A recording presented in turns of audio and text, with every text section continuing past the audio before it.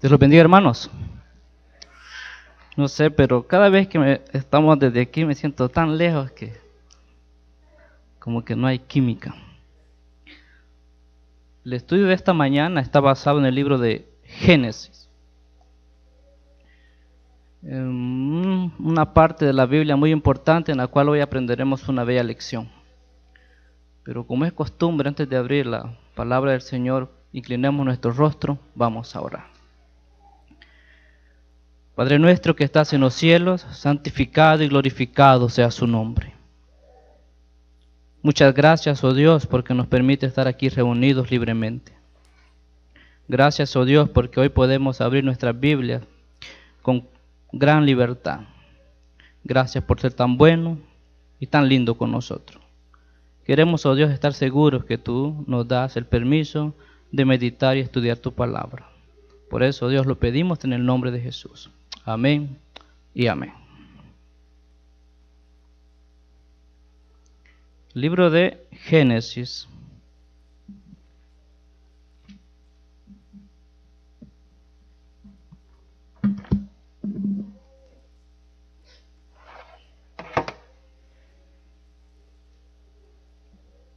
Capítulo 32 del 1 en adelante. La historia registra un suceso muy importante en aquel tiempo de la historia. Se dice que una pareja, un hombre y una mujer, se casaron. Pero la mujer de este hombre era estéril. Había tristeza en ese hogar. Pidieron a Dios y dice la Biblia que Dios abrió su vientre. Y así, su vientre, hubieron 2 criaturitas. Había felicidad.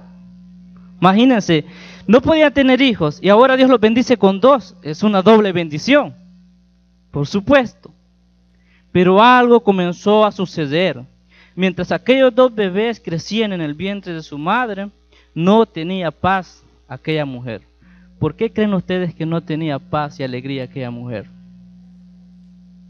¿Saben de quién estamos hablando? Esaú y Jacob. Estos 2 hermanitos dentro del vientre de la madre comenzaron a reñirse, a pelearse. Y no tenía paz. La Biblia afirma que no tenía paz aquella mujer. Así que vino y buscó a Dios. Y le preguntó qué es lo que estaba pasando. Y Dios le dio a conocer un propósito. Y le dijo, 2 naciones están en tu vientre. Y hay una gran profecía. El mayor va a servir al menor. Y continúa aquel momento. Mientras aquellos niños nacen, dice la Biblia que registra un suceso también, algo no común. Cuando nació aquel niño velludo, porque dice la Biblia que Saúl era lleno de pelos, parecía un abrigo de pieles. Su hermanito que iba a nacer de segundo, venía agarrado del talón de su hermanito. No se quería quedar atrás. Nacen, crecen y comienzan a crecer y dice que uno era cazador. ¿Quién era cazador? Esaú. Pero el otro, Jacob, ¿cómo se le conoce? La Biblia lo registra con una palabrita allí, muy especial. ¿Cómo era Jacob? Un cazador no es tranquilo. Un cazador tiene que estar muy avispa, como decimos nosotros, muy atento para cazar su presa. Pero Jacob no le gustaba ese ambiente. La Biblia lo registra como un muchacho tranquilo, quieto. Le gustaba quedarse dentro de su tienda o alrededor de las tiendas. Pero Esaú era diferente. Crecieron. Ustedes conocen bien la historia, hermanos queridos. Por un plato de comida, Esaú vendió su primogenitura. Y la primogenitura era algo muy importante. Ahora bien, aparte de eso, vende su primogenitura y el tiempo que era estipulado para que el padre bendijera o le diera la bendición al que era el primero en nacer, había llegado. Pero su madre había escuchado que había llegado ese momento estipulado para ese evento. ¿Qué hizo aquella madre? Ya había una profecía. ¿Se acuerdan que había una profecía? Que el mayor tenía que servir al menor. ¿Qué hizo la mamá? Adelantó el proceso. Mientras Esaú llevaba la orden de parte de su padre que fuera a cazar y le cocinara, su madre hizo algo con Jacob.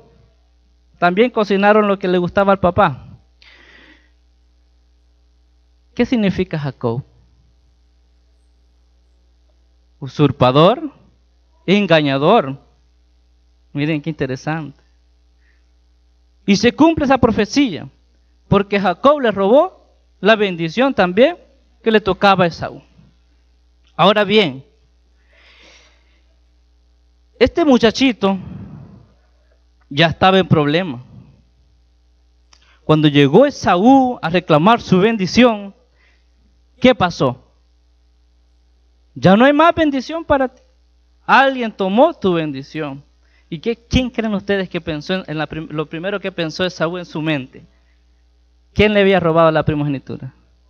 Mi hermano. Y hizo un juramento. Un juramento muy peligroso.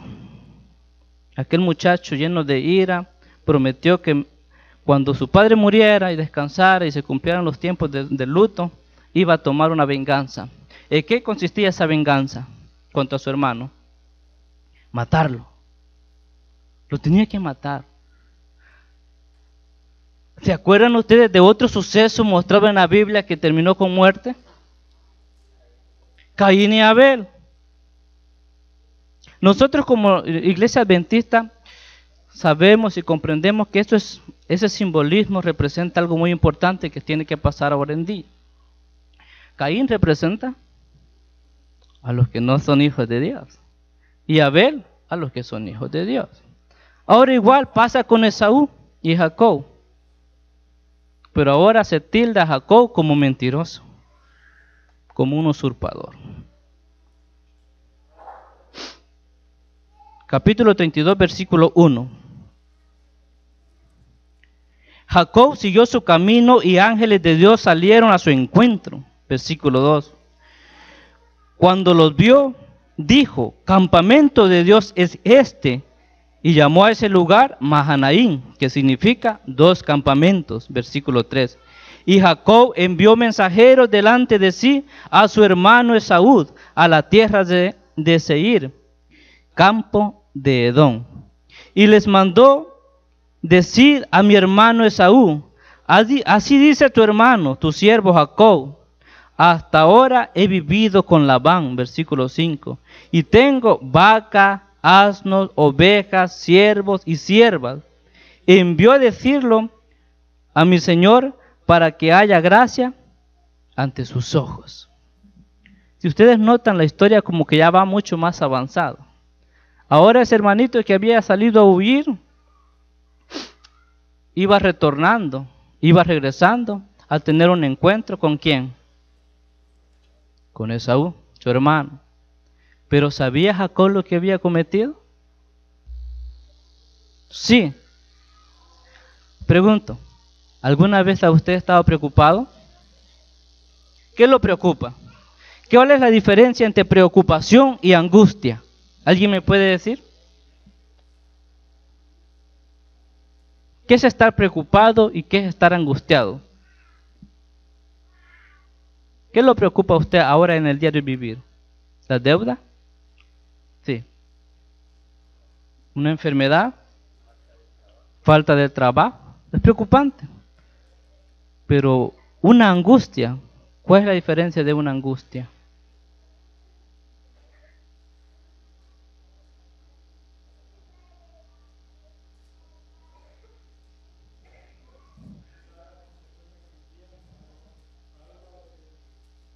Pensar en la consecuencia. Yo puedo estar preocupado que no tengo trabajo, pero de una u otra manera habrá un trabajito. Pero angustiarme porque no tengo trabajo, eso es más terrible.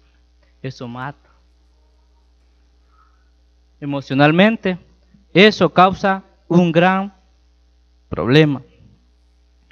Entonces aquel Jacob iba en camino, iba angustiado. Jacob no iba preocupado a encontrarse con su hermano, iba angustiado porque sabía la consecuencia de lo que él había cometido. ¿Estaba en problemas? Sí. ¿Quiso solucionarlo? Sí. La Biblia afirma en los versículos más adelante que aquel Jacob agarró, dice la Biblia, de todo lo que venía en sus manos, riquezas, vacas, camellos, ovejas, presentes para su hermano, para intentar así apaciguar la ira de su hermano Esaú. ¿Estaba enojado Esaú? ¿Ustedes creen, hermanos queridos, que Esaú no sabía dónde se había alojado y se había escondido Labán, Jacob? A lo mejor sí sabía. Pero había llegado el momento estipulado para que hubiera ese encuentro.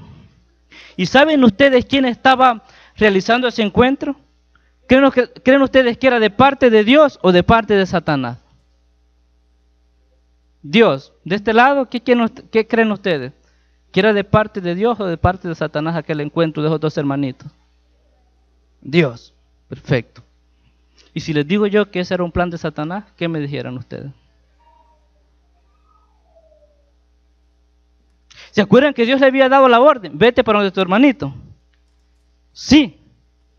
No te va a pasar nada. Sí.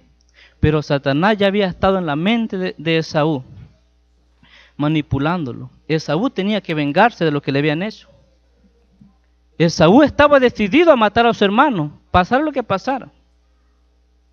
Si hubiera habido esa unión así por así, Esaú mata a Jacob. Y queridos hermanos, hasta allí hubiera llegado también el pueblo de Dios, la descendencia de Dios. ¿Qué es lo que pasó con Caín y su hermanito Abel? Satanás pensó que manipulando a Caín iba a terminar, iba a eliminar la descendencia de Dios. Satanás pensó que Abel era el prometido, la simiente, y ocupó a Caín para eliminarlo. En este caso, hermanos queridos, Satanás había inculcado en la mente de Esaú a preocuparse y apresurarse para hacerle daño. La Biblia registra que cuando estos hombres, los siervos de Jacob, fueron a avisarle a su hermano Esaú que iban a llegar, regresaron.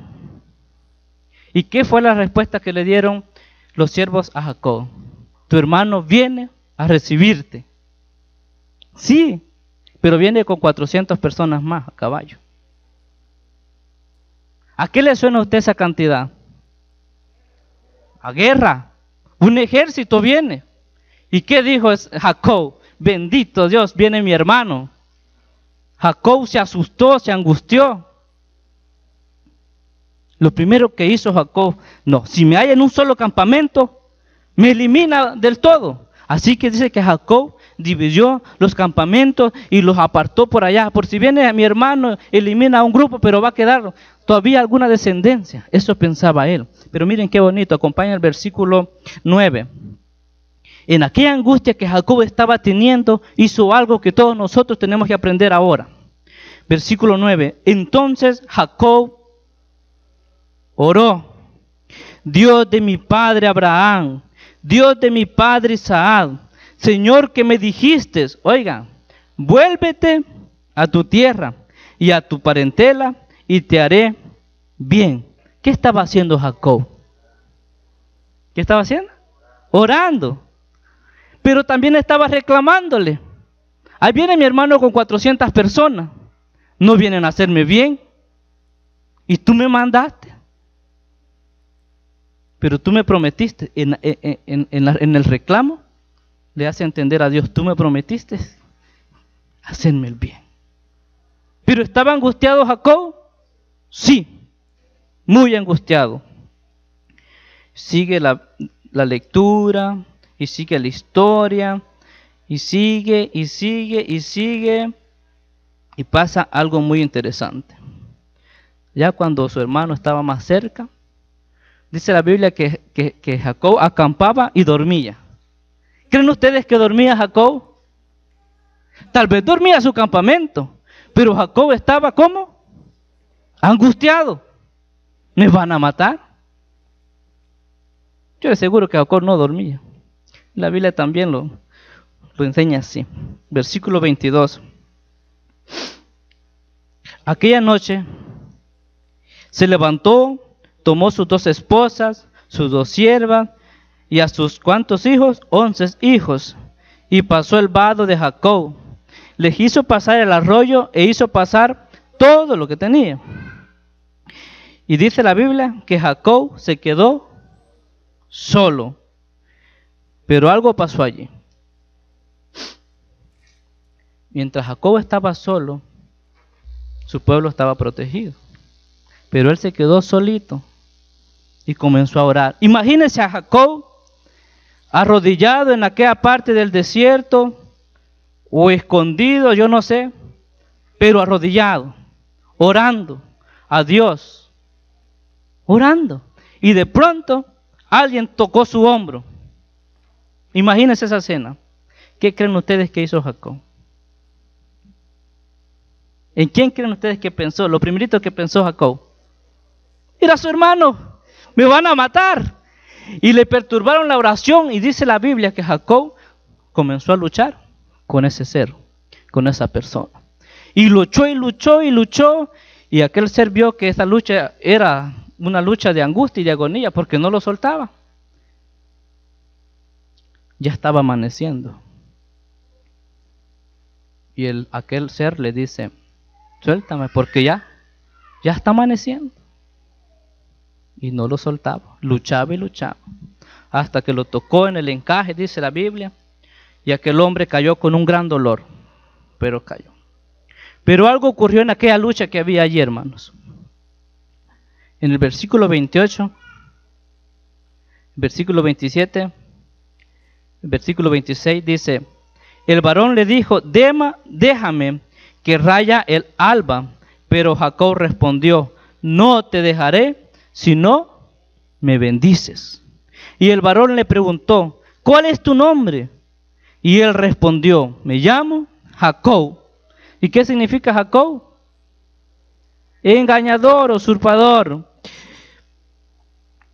Y el 28 dice, y él le dijo, no te llamarás más Jacob, sino Israel, que significa luchador con Dios. Porque has peleado con Dios y con los hombres y has vencido. Palabra de Dios. Ahora pregunto, ¿estaba angustiado Jacob hasta este momento? Tal vez ya había bajado aquel momento de angustia. Pero ahora, miren qué bonito, hermanos, ya no se llamaba más engañador.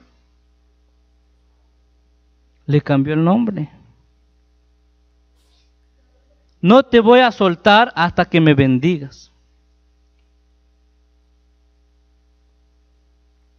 Le pregunta su nombre, yo me llamo humildemente Jacob. Pues ya no te vas a llamar así. Hoy te vas a llamar Israel. Hermanos queridos, nuestro hermano Samuel cuando se paró aquí dijo, nosotros somos el ejército de Dios. Y nuestro capitán es Cristo Jesús. ¿Estamos luchando?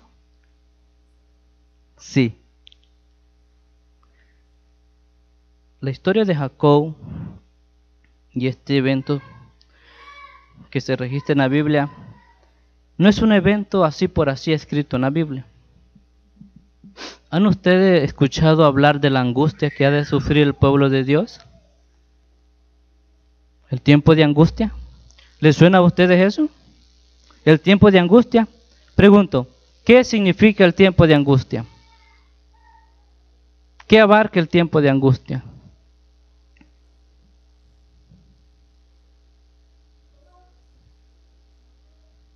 ¿Algún hermano? ¿Algún amigo?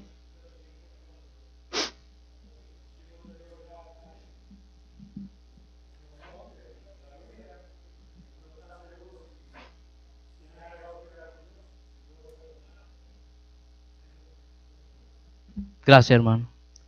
¿Escucharon, hermano? Ese momento cuando todo el pueblo de Dios se ha dictado una orden. Poquito antes se ha decretado una ley que exige que los guardadores del sábado guarden por ley el domingo. Pero eso no ha afligido todavía a los adventistas del séptimo día.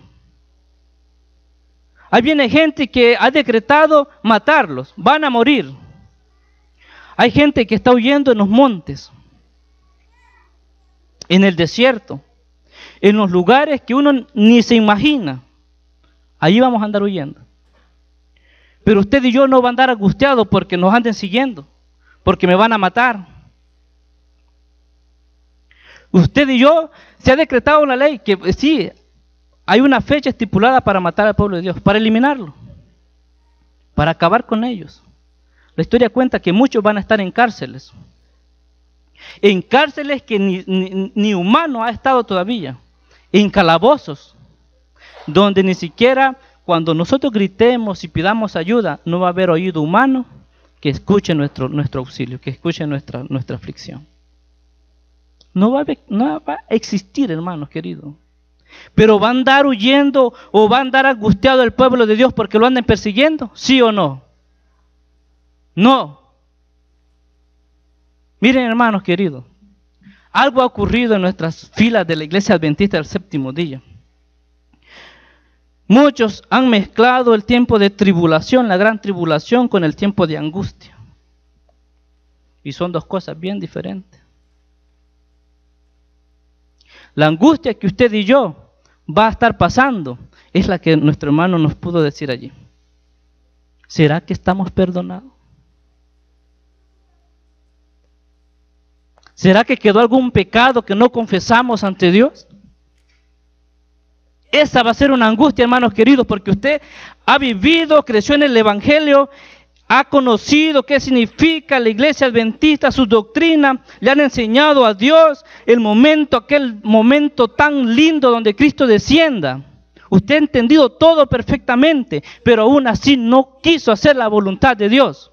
Y en aquel momento, cuando esté llegando ese momento decisivo, usted y yo va a estar orando, pero va a estar afligido, porque usted no sabe si Dios perdonó sus pecados. Pero ¿por qué creen que les digo yo estas palabras? ¿Será que un adventista que ora a Dios y le confiesa sus pecados tiene perdón? Sí. Pero ¿quién te dice a ti que no sos perdonado? En ese momento, hermanos queridos, Satanás, con lujo de detalles, nos va a recordar cada pecado cometido, cada palabra dicha por nuestra boca, malas, porque cuando estemos en aquel momento de angustia, orando a ver, Dios, ayúdanos, Satanás no sabe una cosa, hermanos queridos. Satanás no sabe que Dios ya nos ha perdonado, pero nos está haciendo dudar. Y cuando la duda entra en nuestros corazones, en nuestras mentes, eso sí es angustia, hermanos queridos. Porque saber que hay un momento, hay un pasito ya que nos aleja de ver a Cristo Jesús descender y nosotros pensar que no estamos listos. Eso sí es triste. Eso sí es doloroso. La historia de Jacob y Esaú es algo que tiene que pasar en un futuro. Nuestro pastor ayer decía en el grupo pequeño, que este año sea el año que veamos a Jesús venir por nosotros. Pero en aquel momento de angustia, usted y yo va a estar siendo grandemente atormentado. Ahora pregunto, ¿estamos allí huyendo, escondiéndonos? Pero ya dijimos que no vamos a tener angustia porque nos persigan, sino que va a haber una angustia dada por Satanás para que nosotros dudemos si en verdad estamos perdonados. Ahora pregunto yo, hermano querido, Hoy comenzamos un año nuevo, ya tenemos 2 días. Pasó un año más. Un año más, un día más que nos acerca a ese momento digno, lindo, precioso.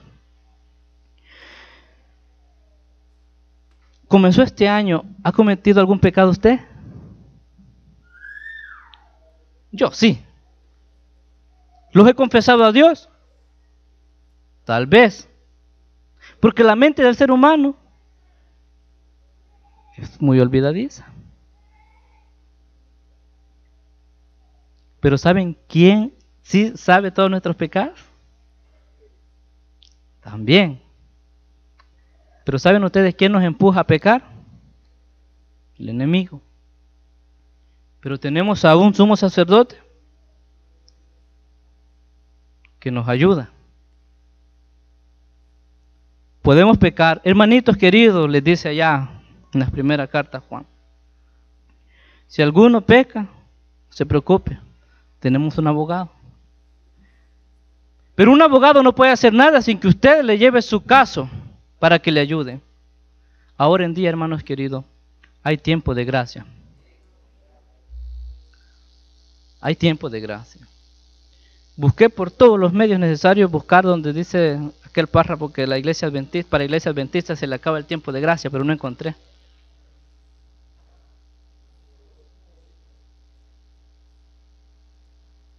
¿Están ustedes de acuerdo que para la iglesia adventista se acaba el tiempo de gracia primero? Ok. Lo único que encontré yo es que el juicio empieza por la iglesia adventista. Pero fíjense que el conflicto de los siglos, capítulo 40,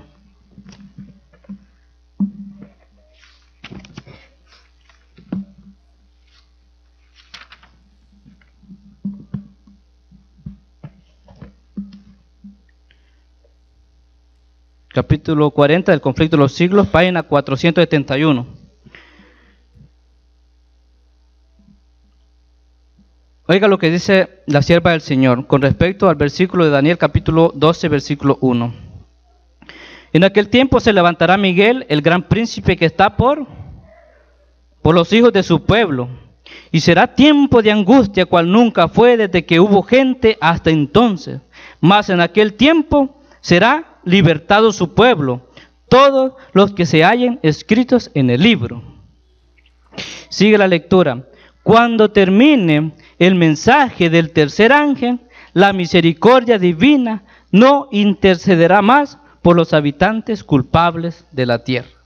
El pueblo de Dios habrá cumplido su obra. Habrá recibido la lluvia tardía, el refrigerio de la presencia del Señor, y estará preparado para la hora de la prueba que le espera. Los ángeles se apuran, dice la sierva, y vienen de acá para allá en el cielo.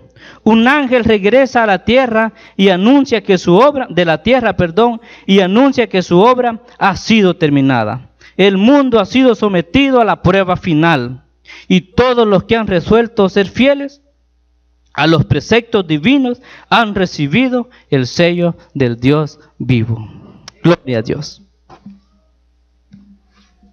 Hermanos queridos, ¿cuándo es que ya no va a haber intercesión de nada, no va a haber tiempo de gracia? Cuando se termine.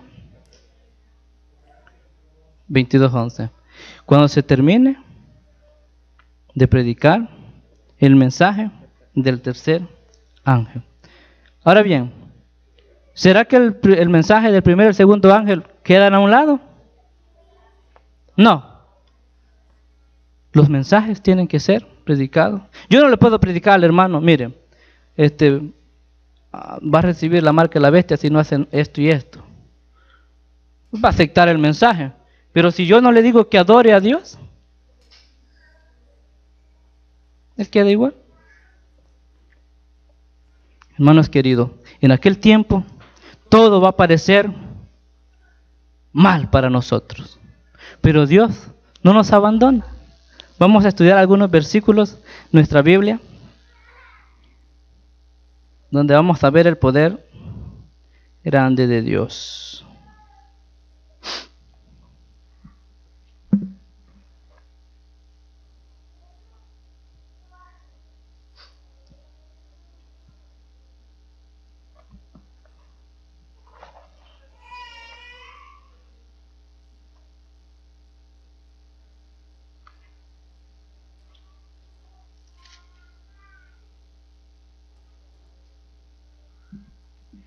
Isaías capítulo 41, versículo 17.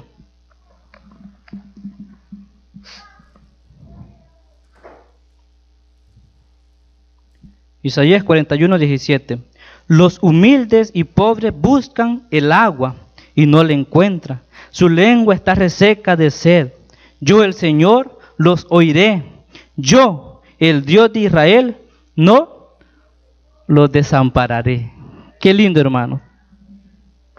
En el capítulo 40 del libro de Conflicto de los Siglos, también describe que el pueblo de Dios tiene que estar desarrollando su fe durante este tiempo de gracia en algunos aspectos. Fe, mucha confianza y sobre todo paciencia. En aquel momento, cuando llegue ese momento, hermanos queridos, a usted le va a faltar paciencia. ¿Por qué creen ustedes que le va a faltar paciencia? Porque nunca aparece nuestro socorro, nuestro Salvador. Muchos de nosotros quizás no vamos a estar muy tranquilos, que digamos, pero Dios no tarda. Lo vamos a ver, hermanos queridos.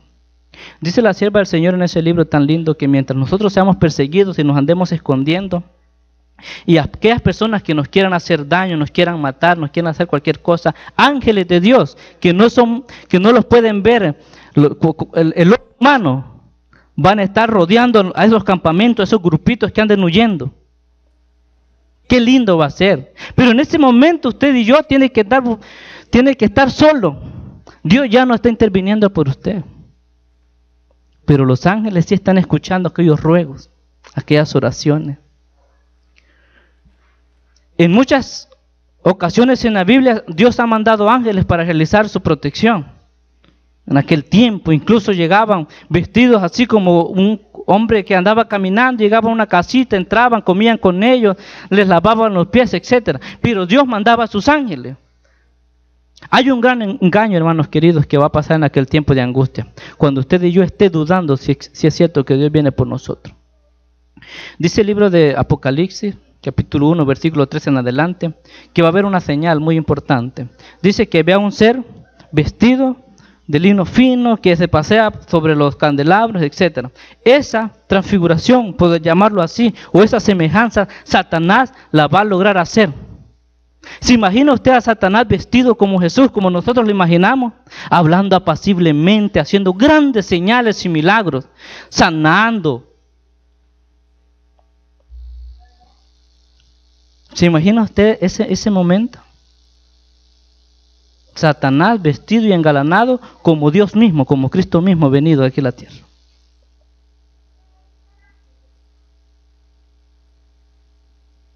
Hermanos queridos, si Satanás tiene poder para hacerse pasar por Jesús, en aquel momento, ¿cuál va a ser la señal? Que nosotros tenemos que estar seguros que no es ese que va a andar ahí caminando por aquí y por allá. Dios nos ha prometido algo, hermanos queridos. Incluso cuando Él estuvo aquí en el libro de Mateo, dijo, si oyeres que por ahí dice, vayan al desierto, vayan a la plaza, ahí está Jesús. ¿Qué dice? No vayáis. ¿Por qué? Oigan.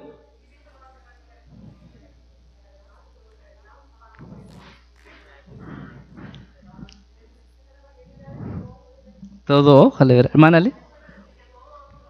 Perfecto. No va a pisar tierra. Amén, gloria a Dios. Y en el aire. Y lo que dice que los que estemos vivos, vamos a ser levantados. Porque Dios no va a tocar, Jesús no va a tocar. Ahora bien, pero en aquel momento cuando Él anda engañando, y ande vestido como Jesús mismo. Imagínense, ¿han visto ustedes algún ser que esté rodeado de luz y todo eso? No. Pero cuando se vea eso, dice la Biblia que aún hasta los escogidos van a ser engañados.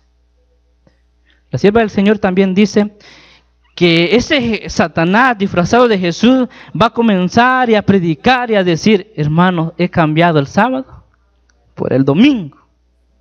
No desobedezcan a lo que nuestros ángeles, incluso los ángeles de Satanás, van a andar como ángeles de luz, pregonando el evangelio de Satanás. Ahora bien, hermanos queridos, ese tiempo de angustia es muy peligroso. Dice la sierva del Señor que durante este tiempo de gracia nosotros tenemos que preparar nuestra fe. Pero ¿se ha fijado usted que cuando llega cuando nosotros estamos siendo probados, nuestra fe se espuma rápidamente? Que llega una circunstancia en la vida y nosotros decimos, ¿por qué me está pasando esto? Y rápidamente negamos nuestra fe. Supongamos que nosotros ejercitamos mal nuestra fe, pero llegamos a aquel día, dice la sierva del Señor, por si al caso llegasen aquellos que no prepararon durante ese tiempo, dice que van a tener que aprender las cosas y lo poderoso de la fe en aquel tiempo de tribulación, en aquel tiempo de angustia. Pero no vamos a estar solos. Los ángeles de Dios van a venir en nuestro socorro. Hermanos queridos, para ir finalizando, vamos a terminar con el libro de Daniel, capítulo 12, versículo 1.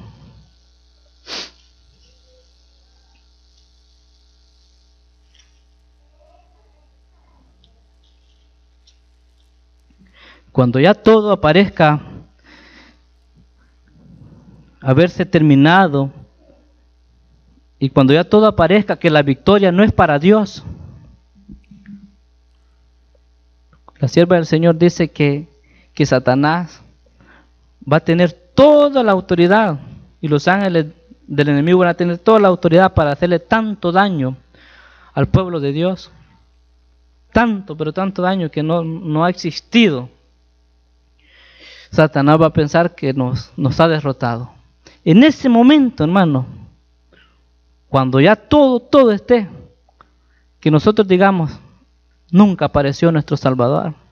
Entonces, hermanos queridos, dice la sierva del Señor, que en ese tiempo se levantará Miguel, el gran príncipe, como dice, que protege a su pueblo, y será tiempo de angustia cual nunca fue desde que hubo gente hasta entonces. Pero en ese tiempo, dice la Biblia, será librado tu pueblo, todos los que se hallen escritos en el libro de la vida, digámoslo así. Hermanos queridos, nosotros como adventistas reconocemos que cuando nosotros aceptamos a Cristo, aceptamos la vida. Cuando nosotros hacemos ese rito de humildad, de que nos entregamos a Dios y morimos al viejo hombre y nacemos de nuevo, cuando nos bautizamos, nuestro nombre automáticamente es escrito en el libro de la vida. Oiga, es escrito en el libro de la vida. Ahora pregunto, ¿usted ya está seguro porque ya está escrito en el libro de la vida? No. Qué triste, hermano. Dios también quiere algo de parte de nosotros. ¿Qué es lo que espera Dios de nosotros, Jesús de nosotros? Confianza. Cuando aquel decreto sea dictado ya, no más sábado, usted no se aflige, hermano querido, de que le quiten a sus hijos, que le hagan esto, que le hagan lo otro. Usted aflíjase y asegure su vida si en realidad usted está escrito en el libro de la vida. Dios es amor, pero también la paciencia de Dios tiene un límite. Y cuando el límite llegue a su conteo final, según las cuentas de Dios, allí sí va a ser triste, hermanos queridos. Muchos de nosotros, no quiera Dios que ninguno de nosotros los que estamos aquí llegue a apostatar, llegue a negar su fe. Hermanos queridos, el mensaje de esta mañana es este. Jacob estaba angustiado, muy angustiado, pero no soltó a aquel hombre hasta que lo bendijo. Tradúzcalo usted, y no soltamos a Dios hasta que nos perdone. Roguémosle a Dios, hermanos queridos. El libro de Oseas, capítulo 12, parece versículo 4, dice que Jacob oró y lloró y se humilló. Y Dios le perdonó. Y en aquel momento, hermanos queridos, usted y yo, nuestro nombre va a ser cambiado. Así como le pasó a Jacob. Ya no vas a ser más un engañador. Hoy vas a ser tu nombre Israel. Luchaste con Dios. Ahora yo los invito, hermanos, que luchemos de la mano de Dios. Porque de la mano de Dios hay triunfo. Si nos soltamos de la mano de Dios, van a venir las pruebas. Y las pruebas nos van a hacer negar a gritos el nombre de Dios.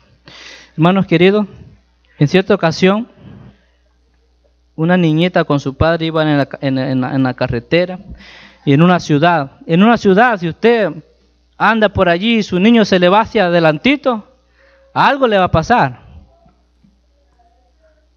No estamos seguros aquí. Aquella niña le dice a su papá, papá, tómame con tu mano, agárrame. Y le dice el papá, ¿y por qué no te agarras tú de mi mano? ¿Qué creen ustedes que respondió aquella niña? No, papá, si yo me agarro de tu mano, me voy a soltar. No tengo fuerza. Pero si tú me tomas de la mano, voy a estar seguro. Dejemos, hermanos queridos, que Dios tome el control de nuestra vida. Que Dios pueda guiarnos y sujetarnos en sus brazos de amor.